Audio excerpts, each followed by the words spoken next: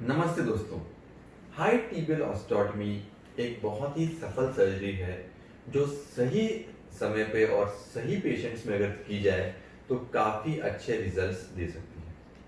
आज हम आपको हाई टिबियल ऑस्टियोटमी कैसे करते हैं उसका इंस्ट्रूमेंट सेट का डेमोन्स्ट्रेशन करके बताएंगे।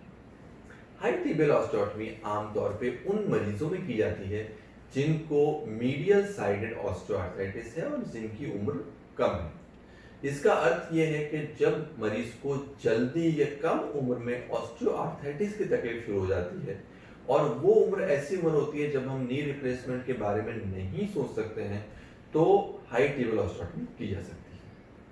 हाई टिबियल ऑस्टियोटमी का एक दूसरा महत्वपूर्ण इंडिकेशन लिगामेंट इंजरीज के साथ घिसारा भी होता है। तो अगर आपको लिगामेंट इंजरीज हैं और उसके साथ साथ आपके घुटने में घिसारा है तो भी हम हाई टिबियल ऑस्टियोटमी का सहारा ले सकते हैं। वो आपके घुटने को बैलेंस भी दे सकती है और घुटने को स्टेबल बना सकती है। ओपन वेज ऑस्टियोटमी एक ऐसी तकनीक है जिसमें हम हड्डी को काट के पांव को सीधा करते हैं, जिससे आपके पांव का न सिर्फ अलाइनमेंट मतलब जो आपके पांव का शेप है केवल वो ही सीधा नहीं होता, अपितु आपके लिगामेंट्स भी टेंशन होते हैं और लिगामेंट में भी ज़्यादा टाइटनेस आती है, जिससे आपको घुटने में स्टेबिलिटी मिलने में भी मदद मिल सकती है। हम आमतौर पे स्लोप करेक्शन ऑस्टियोटमी भी कर सकते हैं, जिसमें अगर आपके घुटने का स्लोप खराब है तो उसको स्लोप को ठीक करने की कोशिश भी की जा सकती है। साथ ही साथ ऑस्टियोटमी जो है वो आपके घुटने में डिफरेंट तरीके से करके डिफरेंट तरीके की स्टेबिलिटी की जा सकती है। तो इसमें कई तरह की ऑस्टियोटमी होती है जो हम करते हैं। जैसे एक क्लोजिंग वेज ऑस्टियोटमी होती है जिसमें हम घुटने को जो हड्डी का टुकड़ा निकाल के ट्रायंगुलर वेज निकाल के उसकी सर्जरी करते हैं, उसको क्लोजिंग वेज ऑस्टियोटमी बोलते हैं। आमतौर पे जो ऑस्टियोटमी मैं रिकमेंड करता हूँ वो ओपन वेज ऑस्टियोटमी है, जिसमें आपके पाँव में से जो है वो टिबिया में से हड्डी को काटा जाता है और फिर उसको ओपन कर दिया जाता है। और इससे क्या होता है कि दो फायदे होते हैं। पहला तो आपकी जो लेंथ है वो छोटी नहीं होगी, लेंथ बढ़ेगी, और दूसरा आपके जो लिगामेंट्स हैं वो लूज नहीं होंगे, लिगामेंट टाइट होंगे। और तीसरा, अगर आपके अगर स्लोप जो है उसको कम करना है, ज्यादा करना है, तो उसका हमारे पास ऑप्शन हमेशा रहता है।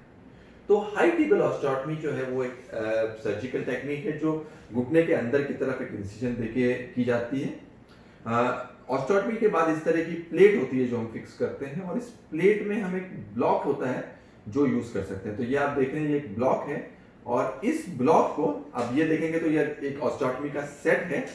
इस ऑस्टियोटमी के सेट को मैं आपको डिमॉन्स्ट्रेट करता हूं।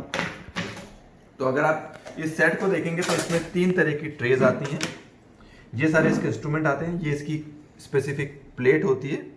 अगर आप देखेंगे तो ये एक जो है स्क्रू ड्राइवर है जो हम प्लेट में स्क्रूज डालने के लिए यूज कर सकते हैं।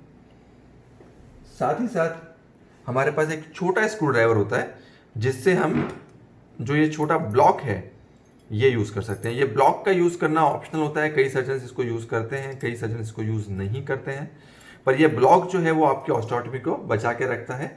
और ये डिफरेंट साइजेस में अवेलेबल होता है, जैसे ये 10 मिलीमीटर्स का ब्लॉक है और ये 12 मिलीमीटर्स का ब्लॉक है। तो अलग अलग साइज के ब्लॉक्स आते हैं। ये ब्लेड होती है, और ऑस्टियोटमी को एक्सपांड करने के लिए हमारे पास ये एक सिस्टम होता है जिसको हम स्क्रू की मदद से एक्सपांड कर सकते हैं। तो ये एक एक्सपांडर होता है जो हमारे पास सिस्टम में अवेलेबल होता है। ये अलग अलग तरह के वेजेस होती हैं जो हमारे पास अवेलेबल हैं, और ये वेज हम असेस कर सकते हैं, जितना आप अंदर डालेंगे उतना मिलीमीटर जो है आपका एक्सपांशन ऑस्टियोटमी का हो जाता है।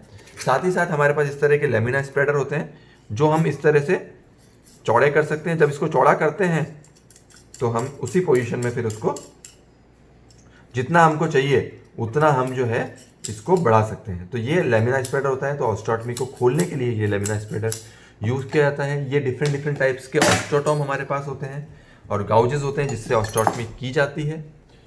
और देन अगर इस प्लेट को थोड़ा एडजस्टमेंट करना है, इस प्लेट को थोड़ा मोड़ना है, तो इस तरह के प्लेट बेंडर्स होते हैं जिससे हम ये प्लेट को मोड़ भी सकते हैं। उसके साथ साथ हमारे पास स्क्रूज हो सकते हैं जो स्क्रू इस प्लेट को फिक्स करने के काम में आते हैं, और जो हमारे स्क्रू ड्राइवर होते हैं उनसे इस प्लेट स्क्रूज को प्लेट के अंदर टाइट किया जा सकता है। इसमें दो तरह के हमारे पास स्क्रू होते हैं। एक लॉकिंग स्क्रू होता है जिसको इस तरह से डाल के हम अगर टाइट कर देते हैं तो ये प्लेट के साथ लॉक हो जाता है, और एक साधारण स्क्रू होता है। अगर आप ध्यान देंगे तो लॉकिंग स्क्रू जो है वो ग्रीन कलर का है और सादा स्क्रू जो है वो येलो कलर का है। तो इस तरह का ये एक बहुत ही स्पेशलाइज्ड प्लेट सिस्टम है जिसके द्वारा हम आपकी हाई टिबियल ऑस्टियोटमी की सर्जरी करते हैं। साथ ही साथ इस प्लेट में और भी कई इंस्ट्रूमेंट्स हैं जिससे ये सर्जरी करने में हमको मदद मिलती है।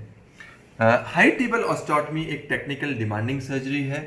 आपको समझना ये चाहिए कि इसके बाद आपको कुछ टाइम का रेस्ट करने की रिक्वायरमेंट हो सकती है।